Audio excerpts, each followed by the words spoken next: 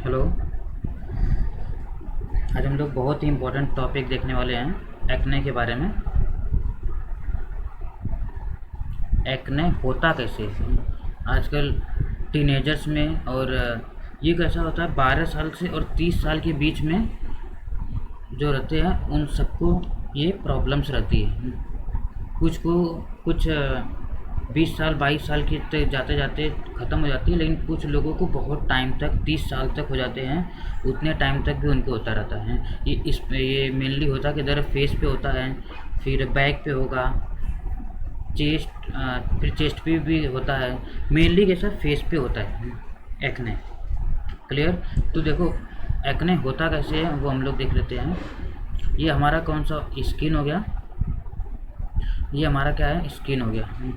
Skin के अंदर क्या होते हैं ये ऑयल है, अरे सॉरी ये क्या है हेयर है। ये क्या है हेयर। हेयर को ना हमारे जो स्किन है, स्किन के ऊपर देखोगे ना तो ऑयल रहते हैं। क्या रहते हैं ऑयल रहते हैं। तो ये ऑयल सिक्रेट कौन करता है, एक हमारे अंदर सेबेसियस ग्लैंड होते हैं। क्या होते हैं इसको बोलते हैं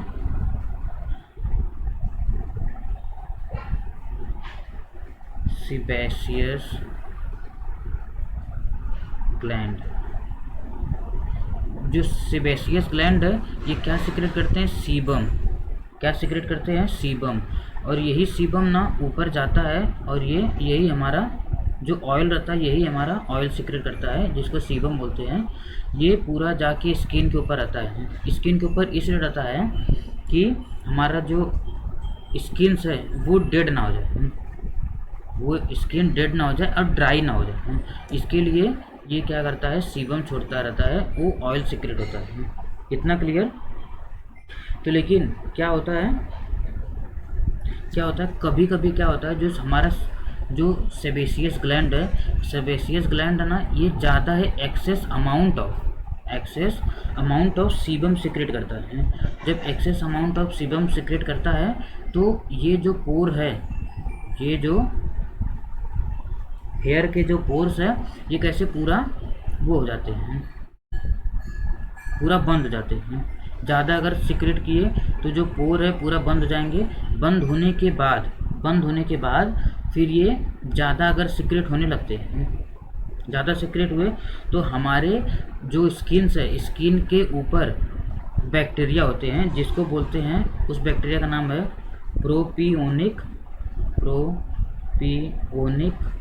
प्रोपियोनिक बैक्टीरियम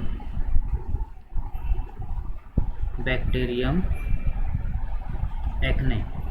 ये नॉर्मली तो रहते ही हैं, तो लेकिन क्या होता है कि ये इधर आते हैं और ये जो जो एक्स्ट्रा जो सीबम रहते हैं, एक्स्ट्रा सीबम रहते हैं और जो डेड स्किन सेल्स रहते हैं, और जब इधर ये डेड स्किन सेल्स जो मरे रहते हैं वो भी अंदर आ जाते हैं, तो इसको खाने के लिए कौन आता है प्रोपियोनिक बैक्टीरियम एक्ने आते हैं इनको खाने के लिए। तो कैसा सीबम ज़्यादा सिक्रेट हुआ है तो पूरा स्किन के अंदर तक चला जाता है, जैसे स्किन के अंदर तक जाएगा तो जाने के बाद ये तो प्रोपियोनिक बैक्टीरिया रहता है, ये पूरा बॉडी के अंदर एंट्री कर देगा। जैसे ही बॉडी के अंदर एंट्री किया तो फॉरेन पार्टिकल जैसे बॉडी के अंदर एंटर किया, यहाँ से अपना आ जाएगा WBC क्या एक इम्यून रिस्पॉन्स है।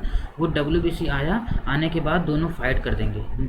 क्या करेंगे, इसको मार देंगे। मारने के बाद जैसे ही मारेंगे ये पूरा इन्फ्लेमेशन हो जाएगा। जैसे ही मारेगा ये पूरा क्या हो जाएगा, इन्फ्लेमेशन हो जाएगा।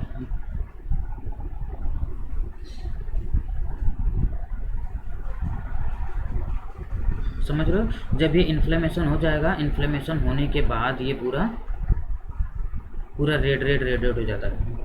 क्लियर हुआ कैसे होता है। ये स्किन है, स्किन के अंदर सेबेसियस ग्लैंड होता है जो सीबम सिक्रेट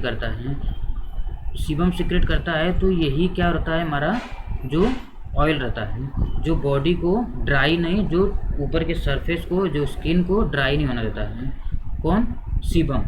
वो सीबम क्या होता है, कभी कभी ये सेबेसियस ग्लैंड ज़्यादा सीक्रेट करने लगता है और फिर जो ऊपर के जो डेड सेल्स रहते हैं वो पूरा अंदर चले जाते हैं, तो ज़्यादा सीक्रेट होता है तो ये जो पोर इसका बंद हो जाता है और जो प्रोपियोनिक नामक बैक्टीरिया है ये इसके अंदर आ जाता है इसको खाने के लिए। इसको खाते खाते अंदर आ जाएगा, फिर हमारा उसके अगेंस्ट में इम्यून रिस्पॉन्स करता है WBC, जो WBC जाके इसको मारने लगेगा। जैसे इसको मारेगा फिर उसके बाद वो इन्फ्लेमेशन स्टार्ट हो जाएगा।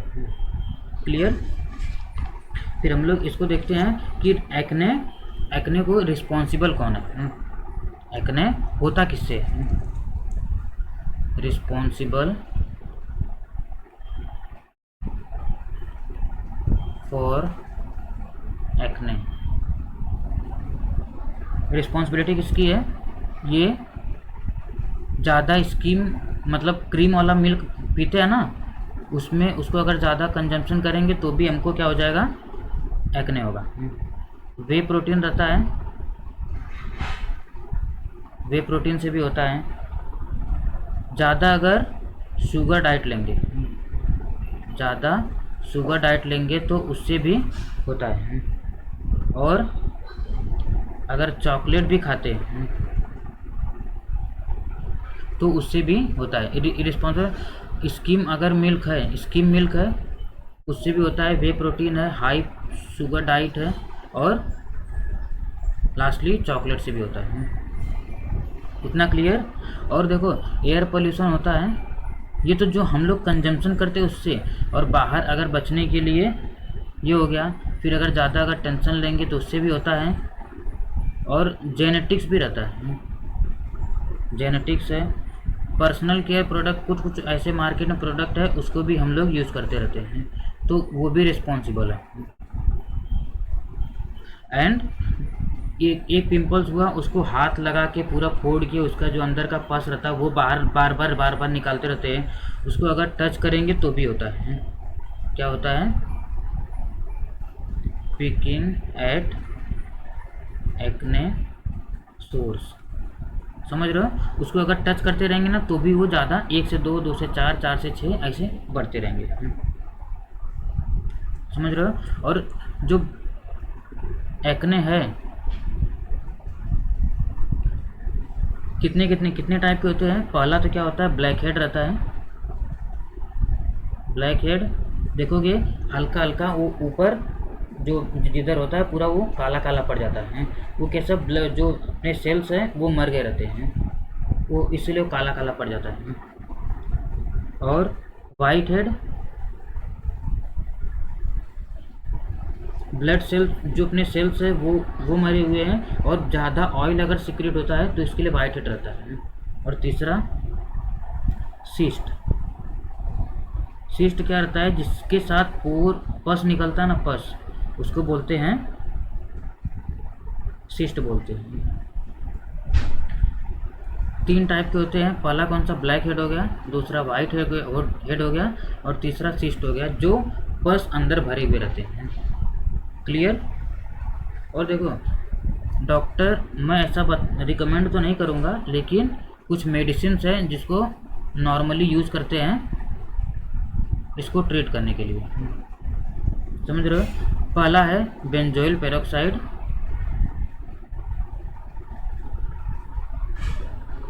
जिधर हुआ रहता है उसके ऊपर एक ड्रॉप, ऐसा ना पूरा बॉडी पे नहीं लगा, एक ड्रॉप लेंगे, एक मटर का दाना का रहता है ना उसके साइड से ऐसा लेंगे, ऐसा उस पर बस टच करेंगे, टच करने के बाद हटा लेंगे तो उसके साथ छोड़ेंगे तो जो इन्फ्लेमेशन हुआ रहता है धीरे धीरे इन्फ्लेमेशन वो कम हो जाता है बेंजोइल पेरोक्साइड से।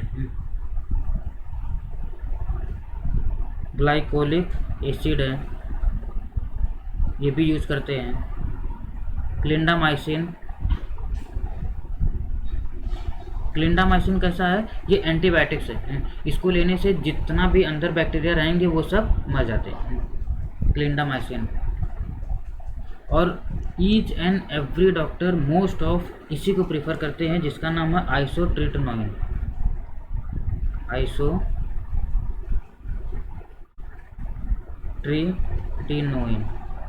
ये मोस्ट ऑफ डॉक्टर इसको प्रीफर करते हैं, आइसोट्रिटिनोइन को।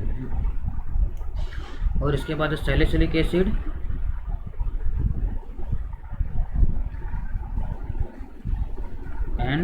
लास्टली है अल्फा हाइड्रोक्सी